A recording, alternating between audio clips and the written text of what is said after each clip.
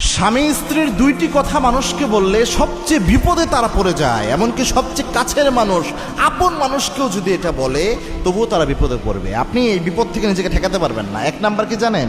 স্বামী স্ত্রীর মধ্যে ছোট ছোট যে মনোমালিন্য হয়, আপনার স্ত্রীর কিছু খারাপ গুণ আছে, আপনি করলেন কি পরিবারের আব্বা আম্মা অন্যদের সামনে বলে বেড়ালেন যে আমার বউয়ের এই জিনিস এরকম, অথবা আপনার স্বামীর কিছু খারাপ গুণ আছে, আপনি এটা মানুষকে বলে বেড়ালেন। ছোট ছোট খুনসুটি, ছোট ছোট সমস্যাগুলা, এগুলা কখনো কখনো থার্ড পার্টি, তৃতীয় পক্ষের কাছে কখনো শেয়ার করবেন না। এটা মারাত্মক একটা বিষয়। তৃতীয় পক্ষের মধ্যে অনেক সময় শয়তান প্রবেশ করে একটা সংসারকে তছনছ করে দেয়। মনে রাখবেন, এটা কখনো করবেন না। স্বামী স্ত্রীর সমস্যা হয়েছে, নিজেরা নিজেরা সমাধান করেন। একটু অভিমান করেছে স্ত্রী, স্বামী হিসেবে দায়িত্ব হচ্ছে স্ত্রীর অভিমান ভাঙানো। একটু অভিমান করে আসছে স্বামী, স্ত্রীর দায়িত্ব হচ্ছে স্বামীর অভিমান ভাঙানো। এটা রাসূলের সুন্নাহ। আল্লাহর হাবিব সাল্লাল্লাহু আলাইহি ওয়াসাল্লাম মা আয়েশাকে একদিন বলছেন, আয়েশা তুমি যে আমার উপর রাগ করো, তুমি যে আমার উপর খুশি হও, আমি কিন্তু এটা টের পাই। মা আয়েশা বলছেন, ইয়া রাসূলুল্লাহ বলেন তো আমি কখন আপনার উপর রাগ করি, কখন আপনার উপর খুশি হই? রাসূল সাল্লাল্লাহু আলাইহি ওয়াসাল্লাম বলছেন, আয়েশা তুমি যখন রাগ করো আল্লাহর কাছে দোয়া করার সময় এইভাবে দোয়া করো, ও ইব্রাহিম আলাইহিস সালামের আল্লাহ আমাদের উপর রহম করুন। মা আয়েশা মুচকি হেসে দিলেন। এরপরে বলেন, ইয়া রাসূলুল্লাহ খুশি হলে আমি কি বলি?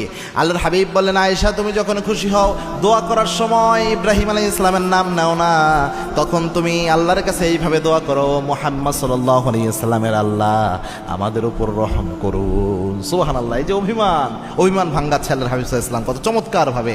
মা আয়েশা রাদিয়াল্লাহু তাআলা আনহা এটার দিকে মুস্কি হাসি দিলেন। আবার মা আয়েশা বলছেন, আল্লাহর হাবিব এত প্রশান্তিময় আচরণ আমাদের সাথে করতেন, তিনি যখন ঘরের দিকে আসতো মনে হতো জান্নাতের সুশীতল বাতাস আমাদের ঘরের দিকে আসছে। সুবহানাল্লাহি বিহামদি। এত চমৎকার ভাবে। আবার রাসূলের জন্য তার স্ত্রীরাও প্রশান্তির কারণ ছিলেন। এজন্য এক নাম্বার হচ্ছে আপনাদের পার্সোনাল ছোট ছোট বিষয়, এগুলো কারোর সাথে শেয়ার করবেন না। তৃতীয় পক্ষকে যখন আপনি বলেন, অনেক সময় এই তৃতীয় পক্ষের মাধ্যমে আপনার সংসার নষ্ট হয়ে যেতে পারে।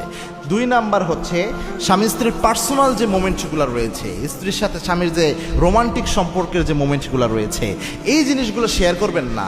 এক হচ্ছে এটা হাদিসে মারাত্মক নিষেধ। আল্লাহর হাবিব সবচেয়ে নিকৃষ্ট বলেছেন তাদের যারা রাতের বেলায় স্ত্রীর সাথে যা করে দিনের বেলায় বলে বেড়ায়, অথবা স্বামীর সাথে রাতে যা করে দিনের বেলায় বলে বেড়ায়। একদম পার্সোনাল একান্ত বিষয়, কেমনি কি হয়েছে এটা যদি বলে এটা খুব ভয়ানক। কিন্তু নর্মাল যেটা জেনারেল, যে কোনো কিছু শিক্ষার জন্য বলা হলো, যে কোনো প্রবলেমের জন্য শেয়ার করা হলো, যে এই প্রবলেম হচ্ছে আপনি ডক্টরকে শেয়ার করছেন, এরকম অনেক কিছু বাধ্য হয়ে এটা ভিন্ন কথা।